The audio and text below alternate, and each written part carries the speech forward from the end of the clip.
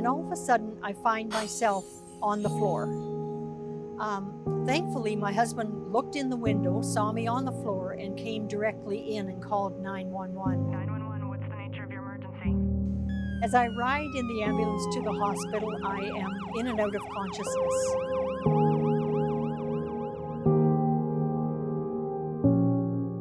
I arrived at the Foothills Hospital by ambulance, and my husband was the one that needed to make the decision. I wasn't able to.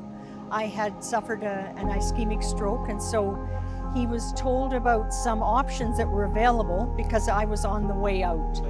And the option available at that time was experimental. It was in the experimental stages, and so he felt there was no other option than to do that. And so right away they went in and did the endovascular treatment.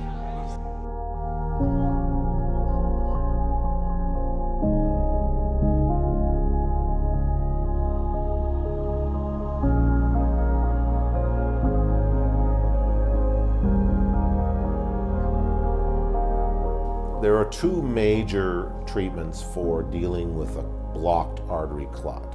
And the first one that developed in the mid-90s was thrombolysis, so an intravenous drug where you essentially dissolve or break down the clot with a drug. It's an enzyme. What we were learning over time was that in fact it was the smaller clots that the TPA was working for, leaving the large clots really untreated or ineffectively treated. So we needed to develop endovascular treatment mechanically to remove those clots.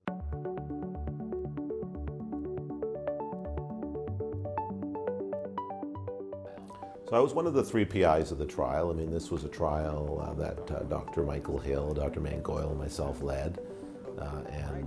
Essentially, we all had different roles in the trial and worked toward accomplishing that and have different areas of expertise and interest to sort of support that. So mechanical thrombectomy is the procedure. Catheter is inserted in the leg and put into the femoral artery, which is a major leg artery. The catheter is thread up inside the artery, all the way up into through the aorta into the carotid artery usually, and then into the middle cerebral artery, where another catheter is placed over top, and that has the capability of a stent inside it. So you lay that catheter into the clot, unsheath that catheter, and the stent opens in the clot. The clot then is integrated into the stent, and then the stent, there's a balloon occlusion of the carotid artery, so flow is arrested, and then the clot is pulled out by the stent.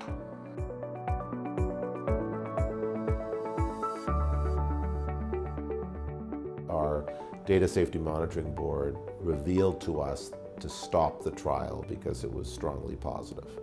We'd actually suspended enrollment weeks earlier, waiting for this information, and then shut down the trial that day. So that it was public knowledge within hours globally.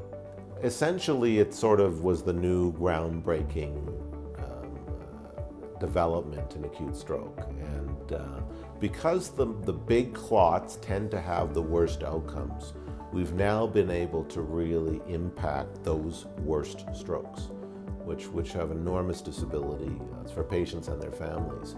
It's also sort of further catalyzed the so-called time is brain concept or brain attack concept, where we really need to be fast. If we can get these arteries open at 2 hours from onset, you can have remarkable outcomes.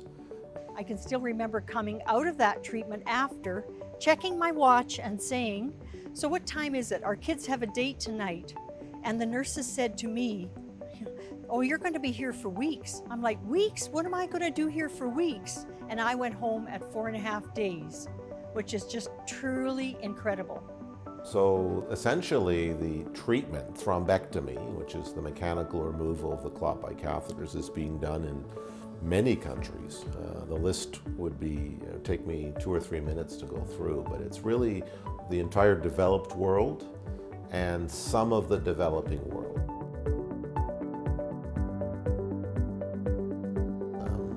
So we had to cobble funding from other sources, and that included some support from Heart and Stroke Foundation, and then a significant and unique donation from the Hotchkiss Brain Institute. We've got only so much time, so much energy to do these sort of impactful global things. And when you have funding or timely funding, you can get started, A, much faster, and B, have the support you need to be more efficient with that time. And so it's essential. In fact, I can give you many, frankly, tragic examples where a terrific idea has yet to go anywhere in the field that would potentially impact patients because the funding just isn't there. I can't imagine what my life would be without that treatment.